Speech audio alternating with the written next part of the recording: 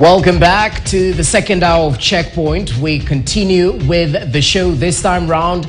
Roundtable discussion on the week's top governance developments. And of course, just yesterday, we saw the final report from the National Dialogue Committee. And that's what we'll start with. But irregardless, it's been a busy week, mind you. The release of KCPE results, which marked the end of the KCPE in primary schools. Congratulations to all the candidates, by the way. We quickly found out a new terminal at the JKIA might be in the offing. This following uproar over the infrastructural issues exposed by the rains. Regionally, Somalia was admitted to the EAC as the 8th member of the community. So it's been a busy week. But right now, we want to focus on some of the key recommendations from that final report of the National Dialogue Committee. And as you can see, one of the major points, and which we will be interrogating with my panelists, is centered on the audit of the 2022 general election and the whole process. Remember, this was a big issue by the Azimio camp, where the NADCO, that's the National Dialogue Committee, recommended the evaluation of the 2022 election process, which was really pushed by Azimio, as I mentioned. Number two, reconstitution of the IEBC selection panel, one of the sore issues that was deliberated on by the committee, where they mentioned they will expand IEBC selection panel from 7 to 9 members. That panel, if you can recall, was selected by President William Ruto on February 13th, currently constituted by 7 members. It will be increased to 9. Next, resolution of presidential election petitions, where the presidential election petitions should be heard and determined within 21 days from 14 days. That's one of the recommendations by the NADCO. Equally, electoral legal reforms, where the legal reforms that have been passed less than 18 months before the general election should take effect in the next electoral cycle. That's one of the timelines that has been proposed to be changed. Number 5, the key contentious issue, the cost of living. One of the recommendations, all arms of government to cut travel expenditure by 50%. And we've heard from the president today as he was worshipping with congregants, mentioning he's in support of these recommendations by NADCO. Even though we've heard some of the Azimio allied members actually pour cold water into some of the recommendations, especially on the cost of living, where they say they did not meet the expectations of Kenyans. Still on the cost of living, SRCs to review daily allowances for state officers and public officers with an aim of reducing the cost by 30%, road maintenance levy to be reduced by 5 Kenya shillings, and the fuel anti-adulteration levy by 3 Kenya shillings. That's on the cost of living. Number 6, all devolved functions to be fully transferred to counties. Remember, this has been in the offing. The president has spoken to this in terms of transferring all the functions to the counties. The next point being number 7, centered on equitable share to county governments, which should not be less than 20% of the total collected revenue. Remember, for every financial year, the equitable share of revenue raised nationally that is allocated to county governments shall not be less than 15% of all revenue collected by the national government. That's as per law. The recommendation raising it all the way up to 20%. Good news for the counties. The next recommendation, number 8, entrenching funds in the Constitution. Right here, we're talking about the National Government Constituency Development Fund, the Affirmative Action Fund, the Senate Oversight Fund as well, is said to be entrenched into law. The Ward Development Fund, which has been pushed by members of County Assembly time and time again, is to be established by statute. Number 9, establishment and entrenchment of state offices. Remember, both sides were pushing for the establishment of the official leader of the opposition with 2 deputies. On the other side, we'll have the establishment of the office of the Prime Minister. The next recommendation, number 10, fidelity to the law on multi-party democracy. This was an issue for Azimio, remember, as they went to the negotiating table, where the recommendation has been made of the establishment of the Independent Political Parties Regulatory Commission as an independent body that shall be responsible for the registration of political parties and their office holders and the management of the political parties fund. Those are some of the recommendations that were released yesterday by the National Dialogue Committee led by Kimani Ichung'wah and Wiper Party leader Kalonzo Musyoka. So we want to start on this particular issue, it being the latest development that has happened in the course of the week. Allow me to introduce my panelists in earnest. I'm joined by Maliba Arnold, who's a public policy analyst. Thank you so much for your time. It's great to have you with us. Thank you. Karibu sana. Equally joined by Wakili Ishmael Nyaribo, an advocate. Well, it's a pleasure to have you with us. Karibu sana to the show. Thank you. Well, gentlemen, let's start with the latest on the National Dialogue Committee. And it's definitely been months coming. Maliba, I'll start with you. What's your evaluation of these months of deliberation by the committee? Remember, BBI was termed a while back by some quarters as a waste of national time and resources. So are these recommendations underwhelming as per your view, or do they dot the I's and cross the T's?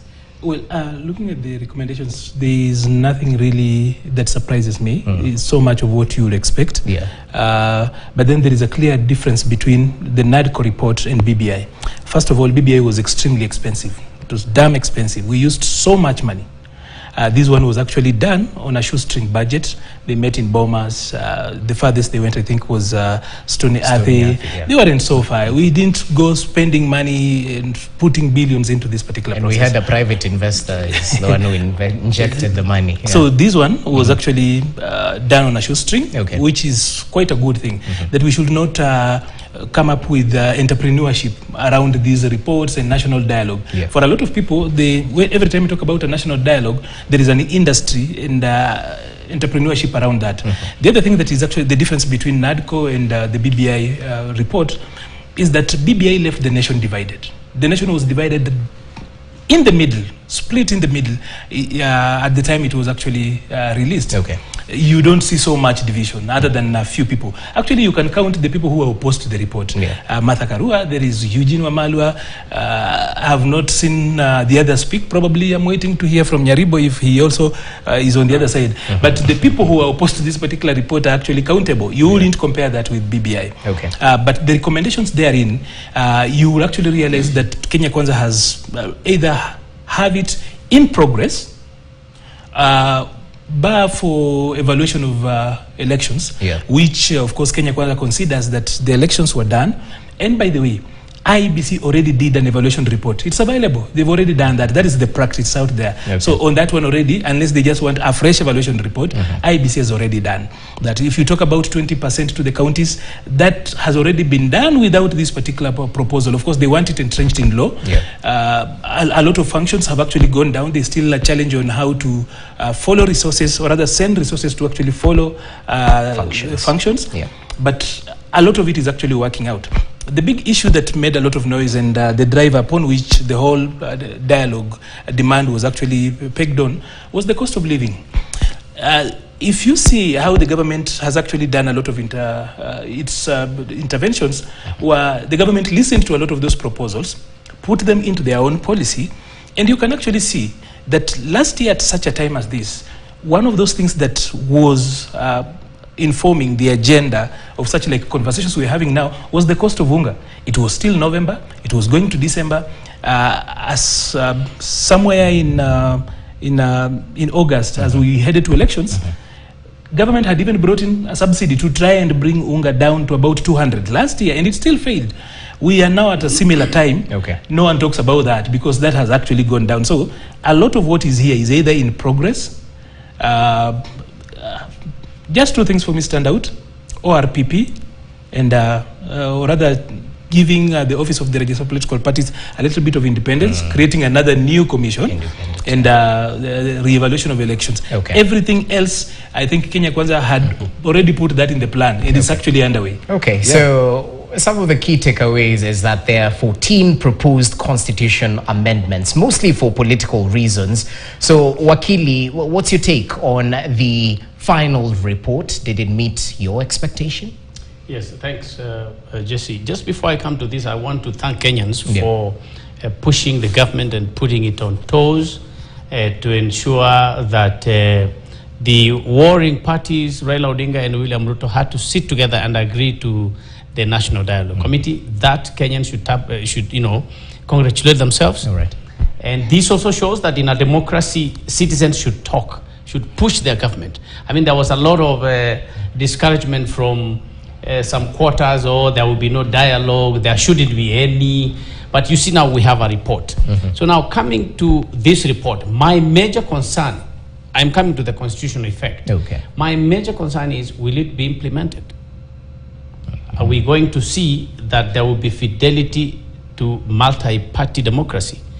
Is the state and the opposition going to agree that we will let people do elections the way they want, whether it's nominations, whether they want to belong to this party A or party B? Will we, as the principals, allow political parties to thrive, or we will insist on being the ones pulling the strings? And I think in terms of democracy, independence of institutions, this is extremely important.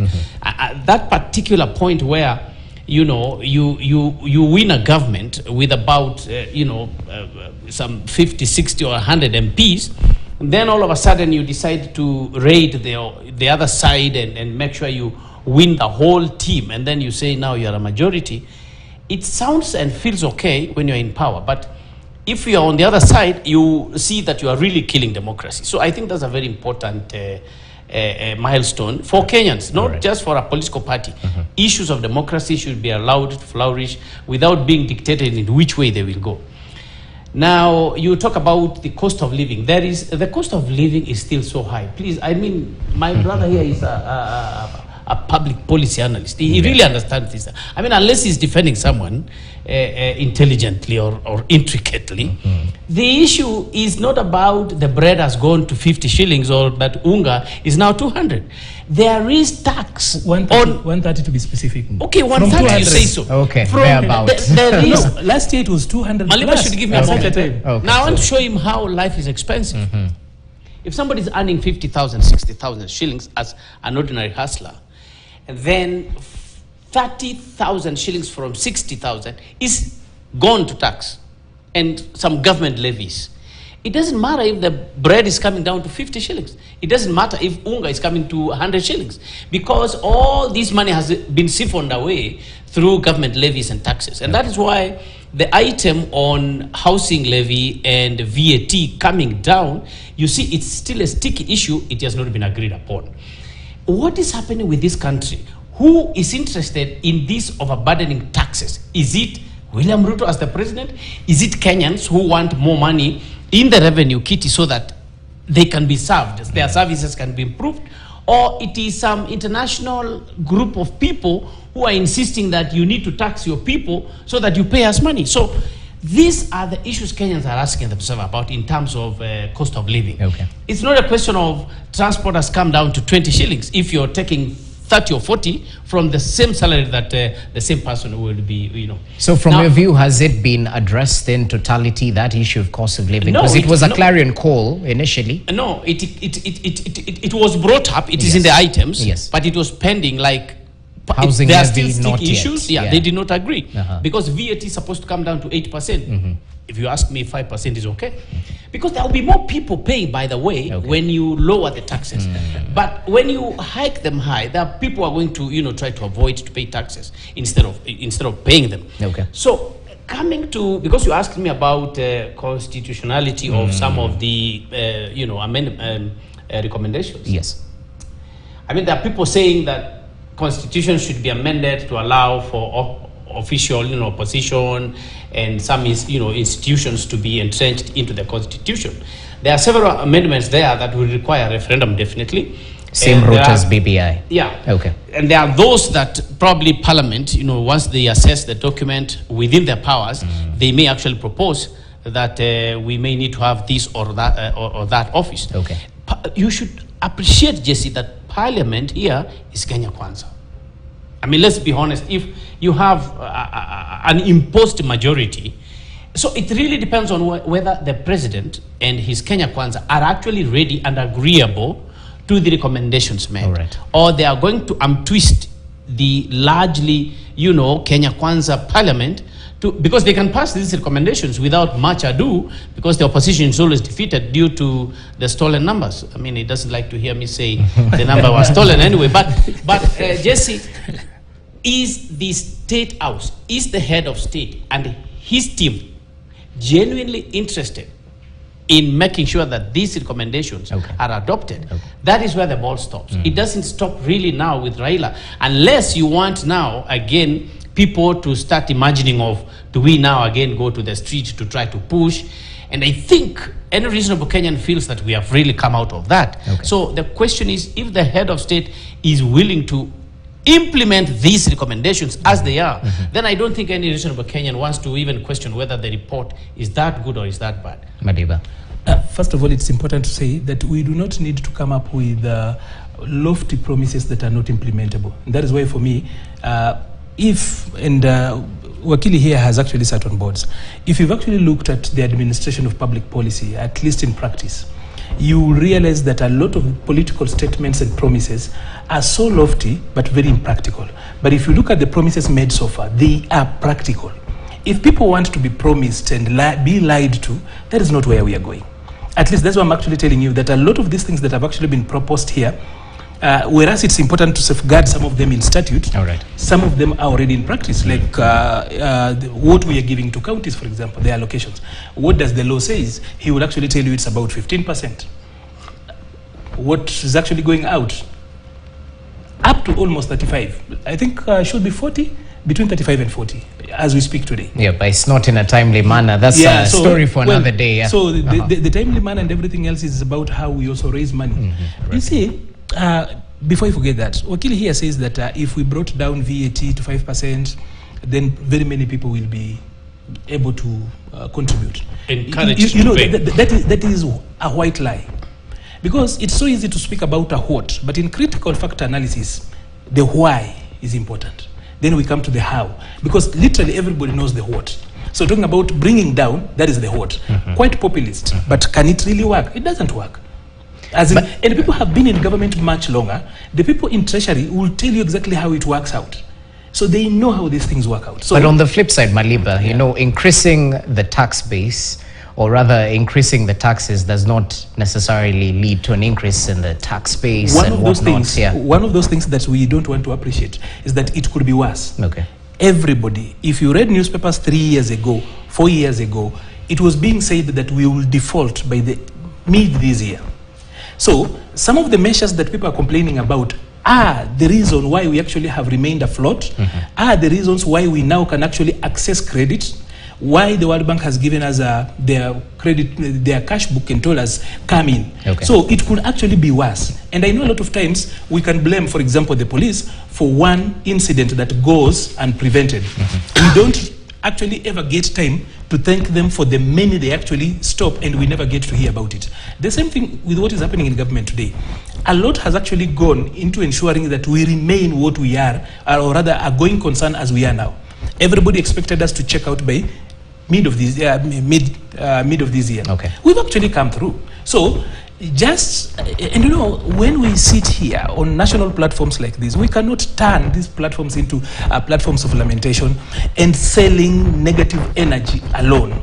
There's too much. And that is why, you know, if you want to come to this country, sometimes you just check our energy online and you think this country is actually burning, when it's not. We are quite noisy. So, and actually, let me come to this. He said so many things. But you've canvassed quite a bit. Let me just run. He ran through. Finalize. You see, I said last year in November, what was the price of flour? Wasn't it a year like any other year?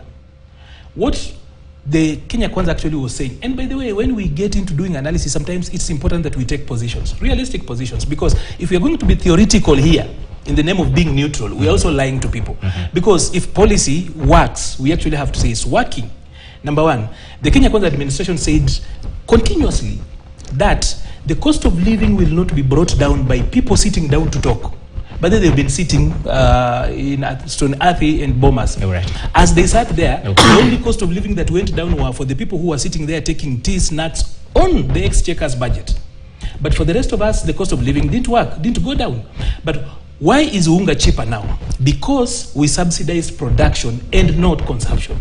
It has worked. Okay. It is out here. Okay. We are seeing that. Okay. And you don't need to actually, you don't need to be technical about that. So, when we speak about what is not working, are we also able to point out what is working? Other than forgetting very fast and moving on to another mountain of negative energy and then pushing that. So, subsidizing production has worked. It's a policy that has actually worked. 18 million more bags than we did last year. Okay. The cost has gone down. Right. When you talk about that, that is a policy that has worked.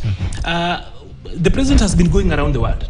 Of course, we are complaining about 46, is it 46 or 48 trips? I don't count them, but people are about that. But we see the products of going out actually featuring on how now our debt issue has actually been managed out. The biggest thing was about the Eurobond that was actually maturing. Before even next year, we are paying part of it this year. And we've removed that monkey from our back. Okay. So difficult as it is, All right. we also need to be telling the people in government when they do it right. Other than waiting for them to steal, mess, when they do it right, we sweep it down. That is their work. Okay. But when they go wrong, we... Wakili. You know, this is actually exactly the problem we have in the country, where Kenya Kwanza comes up with a lot of elegant vocabulary and explanation. Let me be honest. My name is Maliba. Just Kenya Kwanza. He's saying Kenya Kwanza. Let him finish. And my name is Okay. Maliba. He hasn't expounded. I don't know. yeah. I mean, this is not even about me and you. Yeah. I'm just But saying. I'm just saying also that the way we look at the government explain policies, the way we look at the government explain, whatever programs they have, they use a little bit more words than necessary, completely unnecessary. Here, I will go with you to the supermarket. There is some unga which is 130, as you say, and I agree with you. There is some unga with 200 shillings. This we agree, and that is what is economic growth and also cost of living coming down. Cooking oil. And for all that, you do not need a whole 3 minutes. I'm not now referring to you, but you do not need 3 minutes of national airtime. The Kenya Kwanza problem today is they have to explain citizens to understand something, which they really have. It's like you have a baby and you have to describe the baby with so many words. The Kenyans don't think that the cost of living is low. So spending a whole podium maybe in Mombasa or Western, you're campaigning, and then you're trying to explain to people how you will bring down the cost of living or how you have brought it down. Now, my brother, Mr. Maliba, when you talk about accessing credit, I mean, you see, you are talking about Kenya accessing credit as a state. For a farmer, this is so remote for him. Because this credit you access as a government, how does it translate to him getting proper, cheaper fertilizer for his farm input? So just all I'm trying to tell you is, if people are accessing credit so they can eat the credit, I mean, use it corruptly, that is another story. Again, it's a big mountain that we need to discuss about. Kenyans should simply feel their government. They should feel that it's true. The government is concerned about our plight. The government is reducing, whether if you don't like tax, talk about school fees. How is it possible for a Kenyan to afford his fees? How is he going to buy books and do all these kind of things? They should be brought down to a normal level. Okay. This is what Kenyans are saying. All right. If you spend like an hour as a head of state or a member of parliament or a minister, or a CS or a principal secretary to make these things understood, then that is clear indication they are not actually as slow as you are. As we finalize, If you can actually take 3 minutes to decampaign what somebody has said, it means that whatever he said was necessary. Interesting. So it's clear that they didn't agree on everything, especially what had been raised by Azimio la Umoja, One Kenya Coalition, in terms of cost of living, reduction of VAT of fuel from 16 to 8%, scrapping of housing levy, twin issues on the Finance Act 2023. So, Maliba, from where you sit, is this swept under the carpet, moving on to the next process, or should we go back and still relook on matters VAT, matters housing levy and whatnot? From where I sit, I think the dialogue was successful. Okay. Progressed well, and the report speaks to that. Coming down to what you're actually asking, I'm tagging that so that then we actually say, were we having a dialogue or were we having a government of national unity, whatever it is, whether you want to call it a handshake or nusumukati or whatever. What has actually failed in this particular process is anything beyond dialogue. The people went out there and wanted dialogue. Okay. At that particular time, people were out sounding lyrical on how this government is afraid of dialogue. They opened up and availed that opportunity. It's one of those things that we actually have to appreciate. They accepted the dialogue. They even stopped IBC recruitment. Everything else was put on a freeze until we get to this particular point. All right. So, the issues you think that people they were actually being cited as having not been agreed upon are things that actually fall within the space that I consider co-governing. That there are some decisions that can only be made by Parliament. There are some decisions that are properly within the executive's wing. So if a small committee of people, because there was guys working with Sufuria in town, get space to sit in bombers, they actually then usurp the power of Parliament. That somebody outside of Parliament actually sits down and decides that Parliament passed this law at this particular level, it has to change and Parliament will not have a say. That is usurping the role of Parliament, that is usurping the role of executive, and amounts, in my opinion, to co-governing.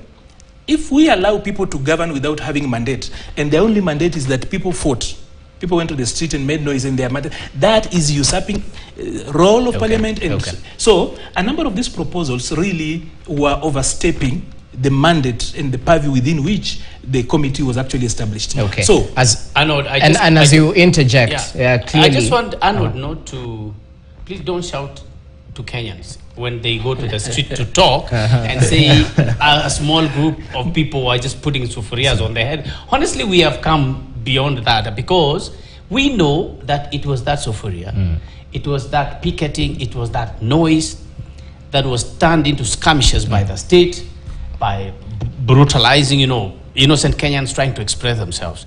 It is that activity. Can I ask a question?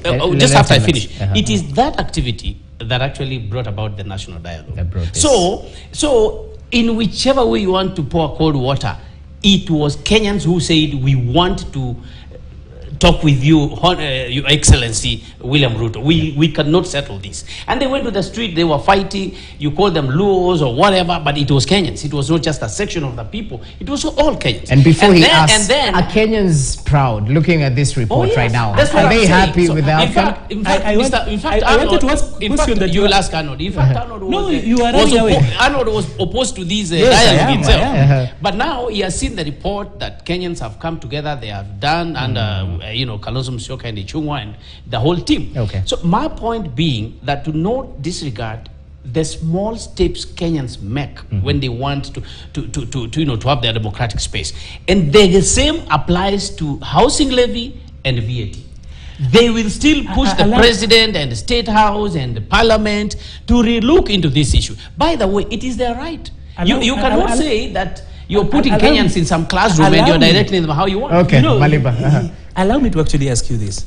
I know you and I might not have read the report entirely because it came out last night. We started. I agree with that. Yes, just in the summary. All we've done is the 8-page summary and probably skimmed through the 263 pages report. But as an intelligent person, you know what. But I can tell you authoritatively that this report is not worth the life of 70 people who died, and that the dialogue we have seen did not warrant the death of people, the destruction of property, the sabotaging of the economy. We did not need all that to have a report like this. These are things that you should actually have asked, as in anyone, you and I actually sitting in town in Java could actually have come up with a report like this. These are issues, So that's why I'm actually saying that it was not worth that much destruction, the loss of lives. You have not seen anything in that report that speaks to the mothers who only can actually see a mound of grave outside in the name of their sons. So even as we go out, let us not glorify death. Let us not glorify destruction of property. There are people who lost matatus. There are people who lost their businesses were banned. There are people who are jobless because people went to the street. So even as we say that, this report is not worth that. And that is what I'm saying. I am still opposed to it because apart from two issues, the others are already being done, unless we just want to anchor them in law. Fair enough, gentlemen. But then there are two things. We need to shift focus. Just a moment. There are two things there that I'm also opposed to. The issue of entrenching these funds in law. Number one, Parliament is the weakest link of our governance. In one function that they are given and they've not done well. That is the function of oversight.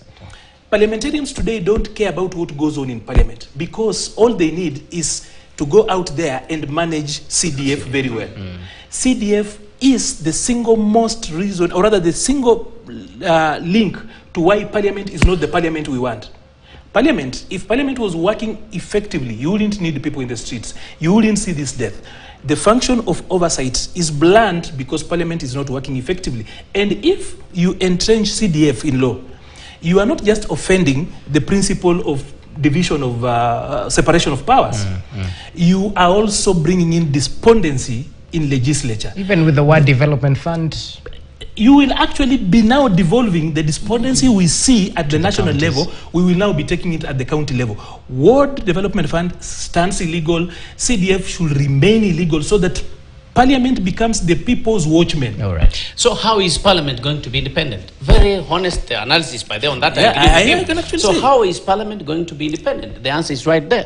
Fidelity to multi-party democracy. Let people at the nomination level simply say, we like Arnold Maliba. We are not going to change, or because he's what, or he is aligned to. We like him, it is him, we will vote. Let not the head of that party, or the big wigs in that party, insist on, no, we will not do with Maliba, now we want Ishmael. This is the issue here, by the way. When we bring people to parliament who have been handpicked by their party leadership, then we lose. I mean, those people are merely, you know, puppets. They are not going to do anything. At the whims of the... Fidelity to multi-party democracy, Maliba, is critical. It's important. As we finalize, because we need to shift here. Wakili Nyaribo, you see, who has not adhered to the fidelity to multi-party democracy? I don't want to answer that, because we cannot end that debate anyway. Because you see, when he speaks about people having been hand-picked, Kenya Kwanza, for example, did not do the ODM nomination. I'm just saying.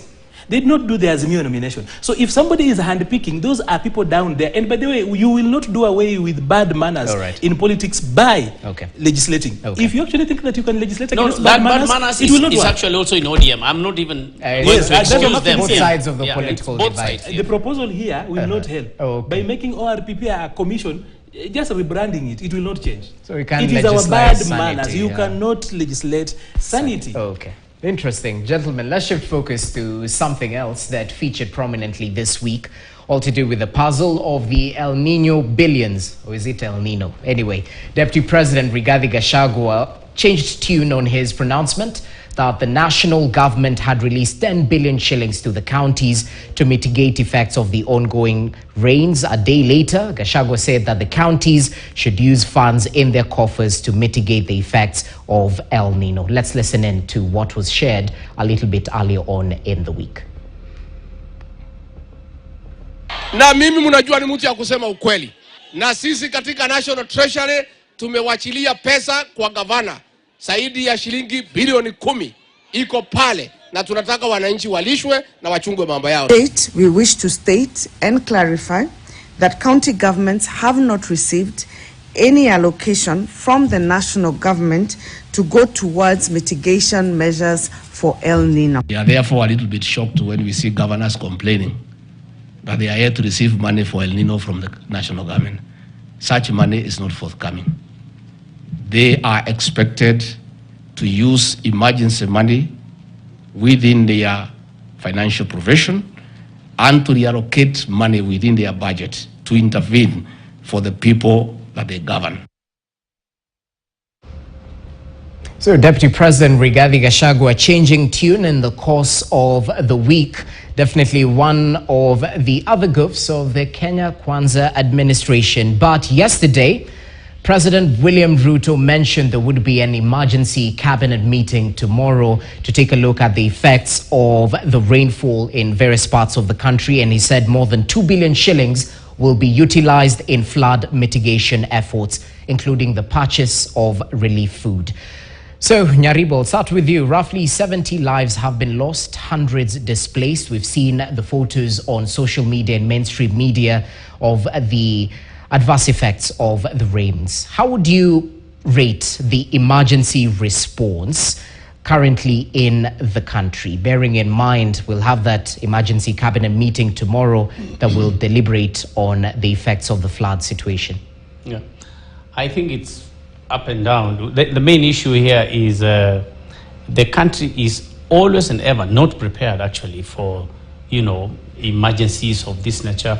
We have a whole unit within the government, which is supposed to be looking at such kind of emergencies, whether it's fire or floods. But come on the date of the floods, people are dying. So from the government side, I think they're not quite prepared. But from citizens, I think also, when you look at what we do, I have seen a clip from Tanzania. I don't want to necessarily justify what it is saying, where some people really put themselves in line of danger. And you've seen people posting on social media saying we are safe, we are not, whatever. So we should partner anyway so that life is not lost. Okay. On this one, we cannot make any jokes about it. Kenyans and their government should partner to ensure that indeed there are no lives lost because of a blessing of rain or because of too much water bursting through the rivers. Having said that, I go back to what I see the Deputy President saying, that already from our side we have given 10 billion, and then the Council of Governors come up and say no, we have not seen that. And this is what I was talking when my brother here Maliba was saying. Do you need an explanation for that, by the way? And do you need to explain what the Deputy President said at first and what he said and what Anwar Guru has? You don't need an explanation. You confuse Kenyans. So in short, that is corruption. Either the Treasury technocrats released the money but did not in actual sense transfer it to the counties, or the Deputy President did not have correct information. I doubt that, because the Deputy President is properly briefed. So when you say there is money that has been released for disaster management of this nature, and then you realize later at that level that indeed that money that I probably thought or was informed has gone down to the counties, has not gone there. So tomorrow you then decide to color the speech and say, no, the money you are supposed to use is just a provision and an allocation which you must get from your own kitty. So this is corruption. And Jesse, unless this country, in all honesty, sits down and accepts to hire people, men and women, who are willing to look at corruption in the right eye and say, no, this we cannot handle, we will continue having all these shenanigans, we will continue having wrong leadership, we will continue having all this mess we have in the country. Okay, so this is really, to me, it's all about corruption. The Deputy President knew that 10 billion had been approved to go to the counties, but later realized it has not gone to the counties and changed tune. Well, it's proper to note that it's 90 lives that have been lost. That's the updated number. Quite unfortunate. And still on the corruption point that Nyaribo brought up, remember EACC had issued a prior warning about an impending scandal in the mitigation measures for El Nino rains, emphasizing strict compliance of procurement laws. So Maliba, as I come to you, what do you make of the misinformation that was spread prior to the government finally confirming that this is truly an El Nino phenomenon? Do you believe it played a part perhaps in the lack of urgency in some quarters in preparedness efforts? As a rule, populist politicians are not able to do any progressive change. That is the rule. And we begin with EACC. So EACC comes up with a warning. We started talking about El Nino as early as last year. When we were doing commentary, we said we will be looking forward to getting, we've got COVID having behind us, then elections, and then we were looking towards El Nino this year. And as we spoke about it, of course, the preparations got into gear. At some point, counties and everybody else was talking about El Nino. Then EACC comes up with a statement. They say that counties and government are actually using the guise of El Nino to waste money. At that particular point, there were sensationalist reports about governors buying boats for cities and everything else. And then Kenyans, as usual, of course, went all out. And anybody who talked about El Nino and preparation and trying to prepare around it was framed as a thief. It became very unpopular to talk about preparation for El Nino. When you raise and talk about it, guys will be, okay, we anaiba, anapanga kuiba. It became very unpopular and people moved back. So that realistically, we also need to be a people who believe in science. We cannot be a people who are into the bandwagon effect on everything, including policy and planning. Because for planning, sometimes you are not able to see beyond the screen. there is something there. But then because we have got knowledge, science is out there, you know, that behind this particular wall, there could be a hollow. So if somebody tells you that we'll have to use the long route, there's a reason to that. So that is also a factor. We cannot be eating our cake and still having it. We cannot be saying people who are preparing for El Nino are trying to thief, and once it actually shows up, then we say they are not prepared. One way or the other, we also have to actually get out of that. Be that as it may, allow me to actually speak to what the Deputy President said. Yeah. The Deputy President spoke about money the Treasury had actually let out to counties. He might not, probably the wording might not have actually come out appropriately, but at that particular point when he spoke about 10 billion having gone to counties, there is a tranche that had been sent to counties. That is a fact. But then when he speaks about counties not entirely being in a position where they can say that they don't have money, he actually has a point. In all county budgets, there is a 2.5% that is actually set aside for emergencies. Between June and now, I do not know if there has been any major emergency where counties have used or depleted the 2.5% of that. Okay. So that has not been employed. We've not seen them actually talk about that. Secondly, tomorrow the president will be having a cabinet to come up with the proposal so that then he can speak to parliament to raise money around that. I have not had any county assembly where, or rather any county where the governor, you have got effects of El Nino coming in.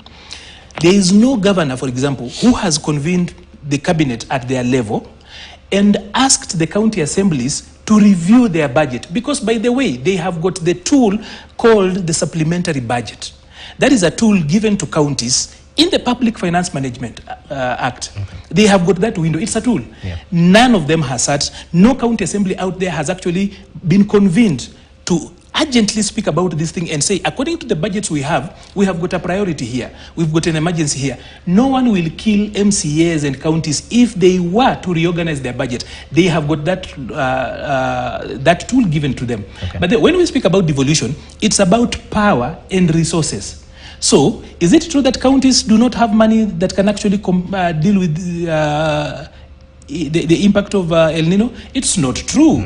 They have got money, they have got the power, they have got the tools, but none of them has convened a CEC's meeting. There has been no cabinet meeting to deal with that, and no one has called county assemblies to actually deal with that. So even as we try to stone Nairobi, let us also ask what are counties doing? And on that, the counties cannot run out of that.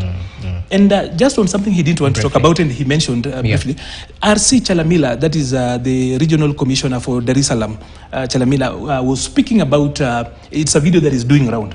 And we should also not shy away to speak about these things. 90 lives is too many lives to talk about. Too many lives. And we joke a lot. In this country, there are laws that we don't follow. Like, for example, you shouldn't build 30 meters from a river bank or whatever, whatever it's a show. In Nairobi, if you were to tell people not to do that, like, for example, I know there's a law, a proposed law that if you're going to talk about the weather and you are not the weatherman, you should be paying $1 million. So, and those are the jokes that end up in parliament. And the reason I'm actually saying that parliament is not doing its work properly. We expect a very heightened level of rain in the next 10 days. People know. The Met people have actually put out there. Yeah. You will actually find people who live by the river still there, and they will be calling Serikali Saidia and Haija prepare. The government has actually told people, if you live around rivers, move. If you live around the dams, move to higher grounds. Okay. It's our venerable Martha Wangari Maathai, who said, and that is what Chalamila was saying, but in eloquent Kiswahili, that Mother Nature is very generous, but very unforgiving. So when we encroach on these things, on rivers, I'll give you an example. Okay. I was part and parcel of the team that came up with the Nairobi Metropolitan, not Nairobi Metropolitan, but the Nairobi Urban Integrated Plan. We call it the NEW plan. You know, during that particular time, and as we looked at the geospatial plan done, the geospatial mapping as done by JICA, then that is the first time I realized that there is a river that goes through Uhuru Park, crosses Uhuru Highway, goes around the Intercontinental, goes through City Hall Annex, crosses down there, it goes through the Supreme Court, down to Kencom as it moves down. We've built on those things. On the day that water goes home, that is its home, we will actually be here talking a lot of English, yet we know that there has always been a river there. On that particular bit of it also, let us also be a people who are good stewards of nature. Otherwise, we will be here calling Serikali's idea every time. Yes, Jesse, you know, two wrongs don't make right, isn't it? We definitely have issues with counties not managing their funding the way they have been given funds from the central government. But that does not justify the head of state or his deputy from either misinforming the country or at least not performing as the executives of this country. In fact, before the deputy president spoke about the 10 billion, the head of state had himself said, we had been warned of El Nino, looks like again it's not coming. Now, I can't blame the president for at least uttering such words. I am concerned about the technocrats around the president, the technocrats in the weather department, and how they inform the president, because the president really is briefed. So, but even though preparedness, disaster preparedness, you can't say that there are people who have been told to move away from the water passage area, whatever, and they've refused. I mean, we have chiefs, we have assistant chief, we have nyumba kumi, we have what?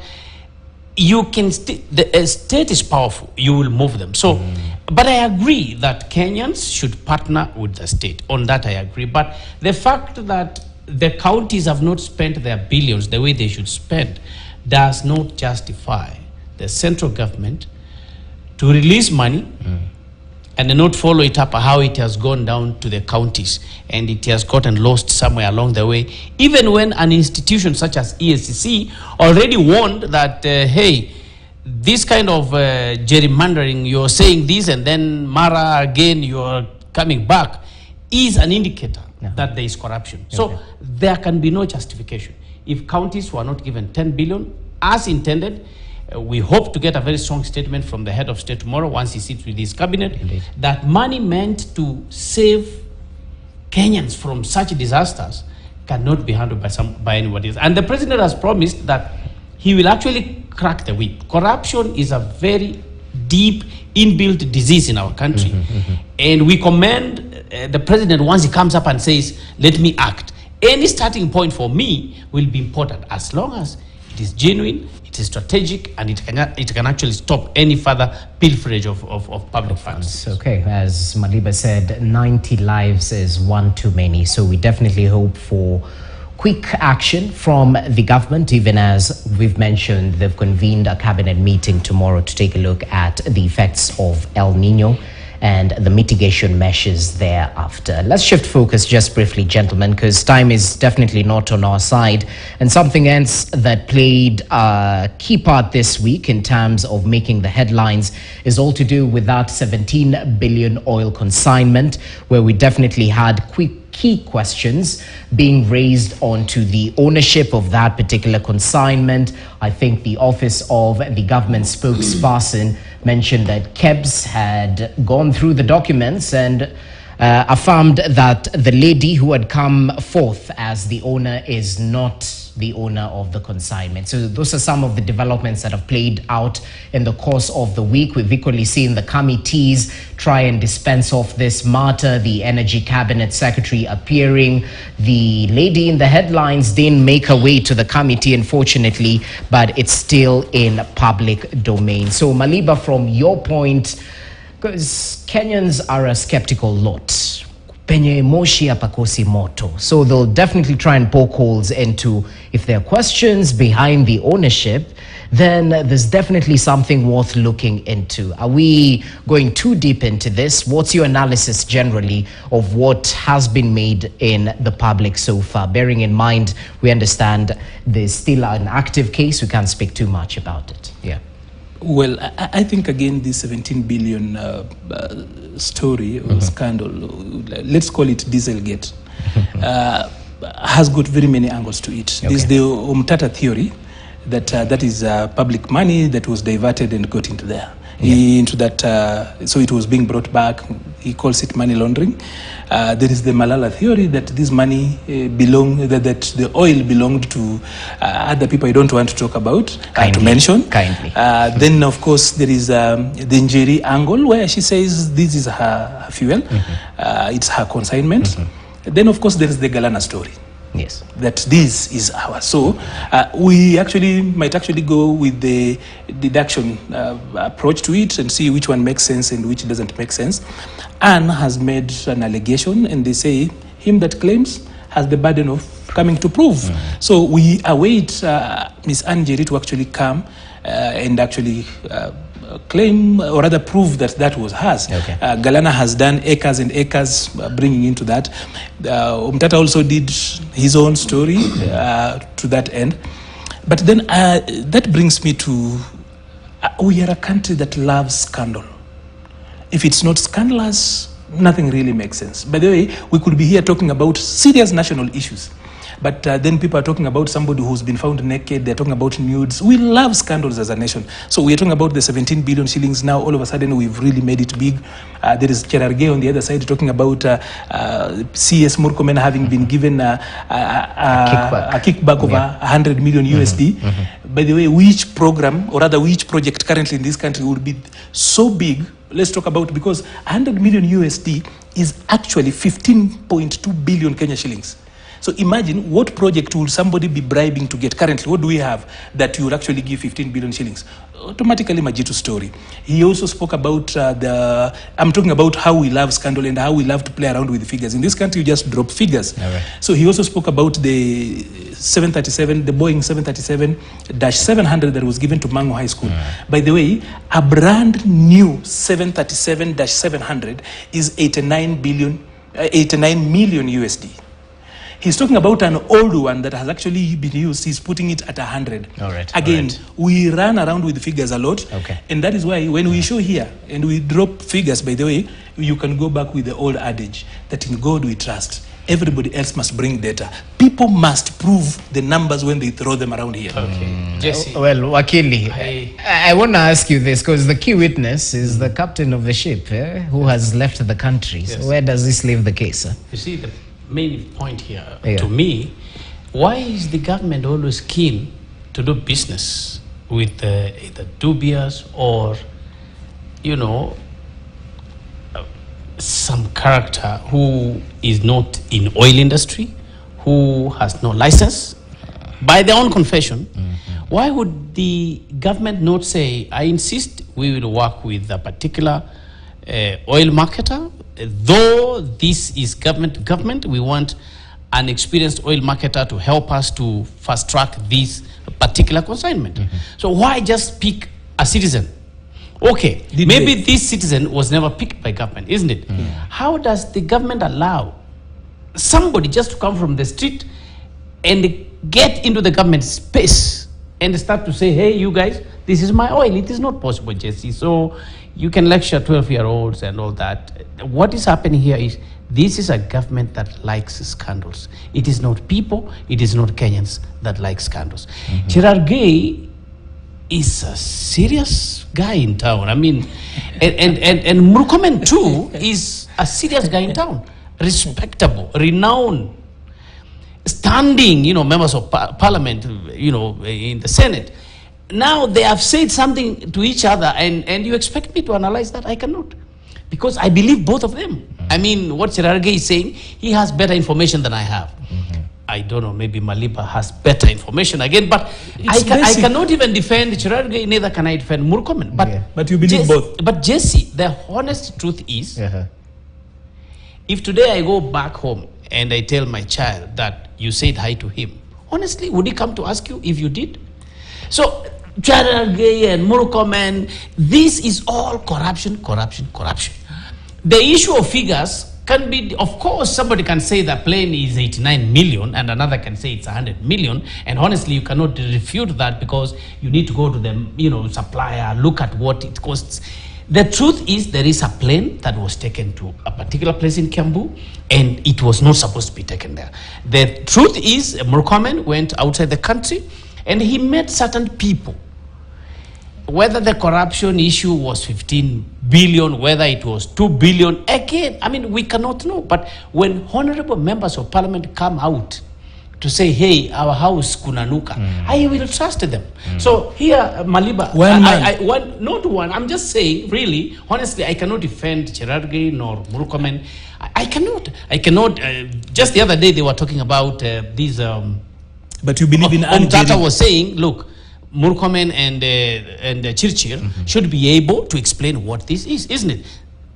Who is Tata? I mean, he's now sitting in the Senate, and he has done his homework all through in the street to where he is. So I will have, of course, as an advocate, if I am asked and taken to task, I will ask for documentation. Then I will see. But this form of analysis is to inform citizens. And you have asked us clearly, what is your take? So I will be free and not, try to be mean with words. This documentation that leads to a ship docking at Mombasa port and saying it is carrying, oil. And how can I go and say, hey, you guys, this is my oil? So that the government likes to do business with certain dubious people. And this is what actually, gives room for corruption to thrive. Instead of being honest as a state and say, okay, we want to work with so-and-so because he's experienced in the oil marketing industry, and we will stick with him. Other than allowing some people just to come in.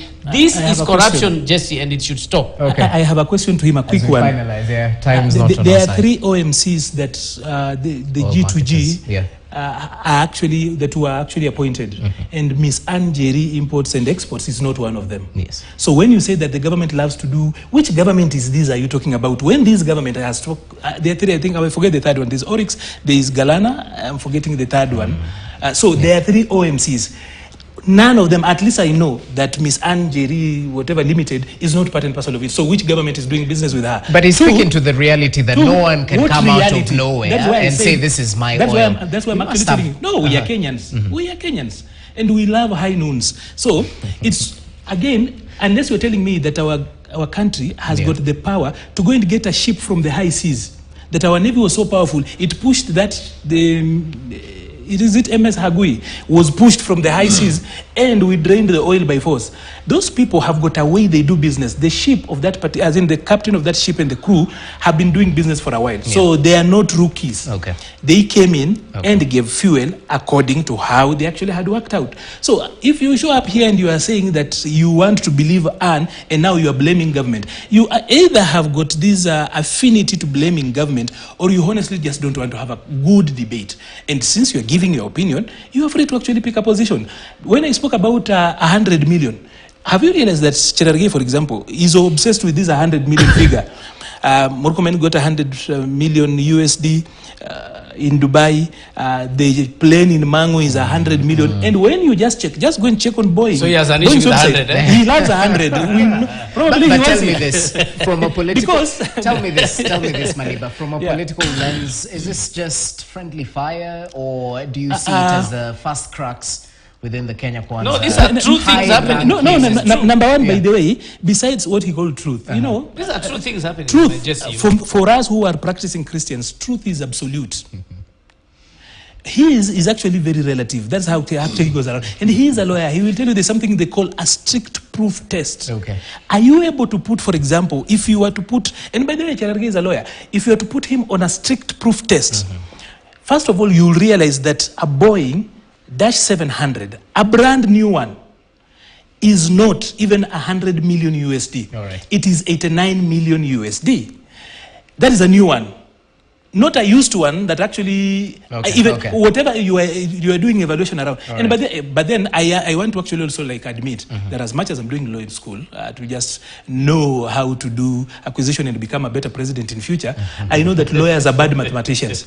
So when you see him defending funny mathematics by Cherargei, lawyers are very bad mathematicians. So I also want to forgive Cherargei because... Yes, I think final comments. In honesty, I think those are sideshows, in all honesty. The point here is there are cracks in Kenya Kwanza government, and it seems that corruption is one of the issues. It seems that Kenya Kwanza is not opening up corruption enterprise for everyone, and it seems that there are a few people who are enjoying from corruption, and others within Kenya Kwanza are not enjoying as much. They are not necessarily crying because they really want to clean up the system. They are crying that, hey, you are going all the way to Japan to receive 100 million. I have been in Wasinigishu, I have not received anything. Yes, so, allegedly. Actually, there's they a are fighting clear because cut, one called the other one a fool. That is the problem. That's It's where- an ego problem. That's where it all started. It is one Sengwer man and another Nandi man fighting. My It point, is an ego my, thing. my point, Jesse, is Yes. there is corruption, and Kenya Kwanza must rein on it. All right. If they actually want citizens to start seeing that, okay, there's a working government, they must stop corruption. And not just talking At all tough, costs. because we've seen head of public service, the president, talk tough on corruption. Sure. We need to see the We work, have to huh? stop it all. Okay, gentlemen, thank you so much for your time. Unfortunately, that's all the time we had. We didn't get to find out if My any of final you had a KCPE candidate, perhaps your reaction to Somalia joining the East Africa community. No, NEC has done so do I have a poorly. I minute? don't I think we need need to to give talk my- about that. NEC has done so poorly. I mean, they are giving every student, what do you call Kenya sign language, every KSL. KSL. Yeah. So I think they need to do better, and they need to relook at the results actually, Okay. because there are deserving children who may have been hurt, and it's really quite bad to put our Kenyan kids through that kind of trauma. Yeah. Number one, I've worked in Somalia, and I'm so happy that Somalia is joining EAC. Finally. It's one of those things I really like, because one of those things the Somalis have, there is a lot of fish on the Somali coastline, and other people are taking it away. Now that they come to EAC, we can actually make use of the tuna around there. You can actually pay the civil service of Somalia, the entire civil service, with the fish alone. I am hoping that when they come to EAC, we will make sense of that. All right. On KCP, I think we need to move away from these strict timelines that were introduced by Matiang'i. It looked like it was working, but we are rushing these people. You see the teachers that were marking, they were waking up so early and sleeping too late. They complained they were overloaded. I think these strict timelines, there's no miracle in rushing through to appear like we are quote unquote so efficient, and then we are coming up with these mistakes. How do we teach these young people fairness if honestly you did Kiswahili exams and they are bringing you the sign language? We are teaching them corruption so early. So, but then my last word will be, no one says that the cost of living is not out there. It's quite difficult on all of us. But we got here through a process. Also, let us appreciate what we are doing towards ensuring that it works. Otherwise, if we become a nation of lamentations, then there's no work that is going to be done. So, somehow we got in here. We will pull ourselves together and get out of it by ensuring that the government of the day works. By the way, Jess, I don't know how old you are, but at my age, the government of the day must work and deliver. Otherwise, I will be giving a lot of long tails to my grandchildren. This government must deliver, it must work. Well, it's in our best nice. interest as Kenyans, definitely, for the government to work and deliver services to the population. Thank you so much, gentlemen. Maliba Arnold, public policy analyst, and advocate Ishmael Nyaribo. It's always a pleasure to have you with us as we dissect the latest developments in matters of governance that have played out in the course of the week. My name is Jesse Rogers. Enjoy the rest of your viewing and have yourself a fantastic start to the week. Good evening.